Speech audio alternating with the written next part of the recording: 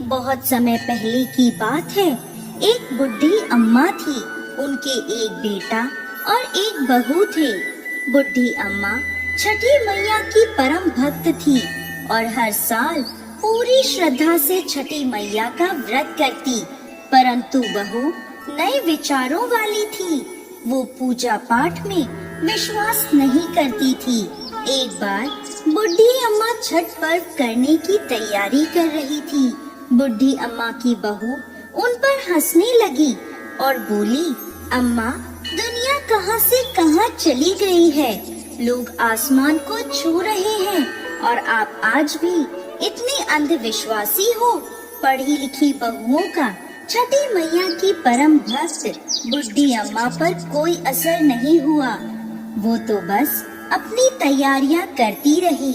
बहू फिर बोली, अम्मा, ये सब बेकार की बातें हैं। इस उम्र में 3 दिन तक भूखी रहोगी तो खुद पर ही मुसीबत लाओगी। ना जाने क्यों भूखे प्यासे लोग खुद को सताते हैं। नई बहू की बातें सुनकर बुढ़ी अम्मा मुस्कुराई और बोली, बहू, शादी के बाद मेरे संतान नहीं हो रही थी, तब मैंने इन्हीं छठी मैया के व्रत को किया। तब छठी मैया ने मेरी पुकार सुनी और ये तेरा पति छठी मैया का ही प्रसाद है। तू भी इस वर्ष छठी मैया का व्रत कर, माता तेरी भी पुकार सुनेंगी और तेरी गोद भी हरी हो जाएगी। मगर नए युग की नए सोच वाली बहू किसी का कहा सुनने वाली नहीं थी। बोली, मैं पूजा पाठ नहीं करने वाली। सुंदर पति मिला है, जीवन में हर सुख मिला है, आलीशान घर है, दिन रात मस्त रहती हूँ। पूरे गांव में मुझ जैसा धनवान कोई नहीं है। सासू माँ इस दुनिया में कर्म प्रधान है। बुढ़ी अम्मा के लाख समझाने के बाद भी बहू पर कोई असर ना हुआ। वो नास्तिक थी। इतने में बुढ़ी अम्मा का बेटा वहाँ आया और बोला, ठीक है, तुम्हें पूजा पाठ नहीं करनी तो मत करो, लेकिन तुम मेरी माँ से झगड़ो मत और जाकर तैयार हो जाओ। छठ माता के घाट पर जाने का समय हो गया है। बहू बिना रुचि के उनके साथ घाट पर जाती है, लेकिन वहाँ पूजा करने की बजाय वो मेला घूमने चली जाती है। कुछ देर बाद उसका पति उसे वहाँ ना पाकर ढूंढने लगता है, तो वो हलवाई के पास स्वादिष्ट पकवानों का मजा लेती नजर आती है। पति उसे कहता है, अरे तुम यहाँ तक आई हो, कुछ देर माँ के साथ बैठो। पत्नी झुंझलाकर बोली, ना जी, मैं पूजा पाठ में नहीं बैठने वाली, मैं तो मेला घूमूंगी। आप ही करो ये पूजा पाठ। पति वहाँ से चला जाता है और स्नान करने को जैसे ही वो डुबकी लगाता है, डुबकी लगाते ही वो डूब जाता है और जोर जोर से चीखने लगता है, लेकिन किसी को भी उसकी आवाज नहीं आती। जैसे ही बुढ़ी अम्मा को पता चला उसका बेटा डूब गया, वो जोर जोर से रोने लगी और छठी मैया से बोली, माँ, मुझसे तेरी भक्ति में कौन सी कमी रह गई जो तूने मेरी गोद सूनी कर दी। बोलो माँ, हमसे ऐसी क्या भूल हो गई।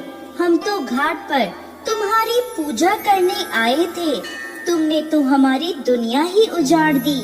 माँ, यदि मुझसे जाने अनजाने कोई भूल हुई हो तो उसकी सजा मेरे बेटे को मत दो।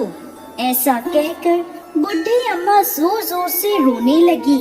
उधर मेले में शोर मचा कि घाट पे एक व्यक्ति डूब गया है। सुनकर बहू दौड़ी दौड़ी वहाँ आती है और देखती है कि उसकी सास रो रही है और उसका पति डूब गया है, तो उसे सदमा लग जाता है।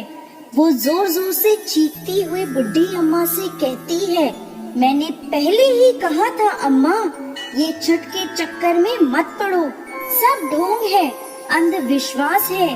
और देखो, आज मेरा पति मुझसे दूर चला गया।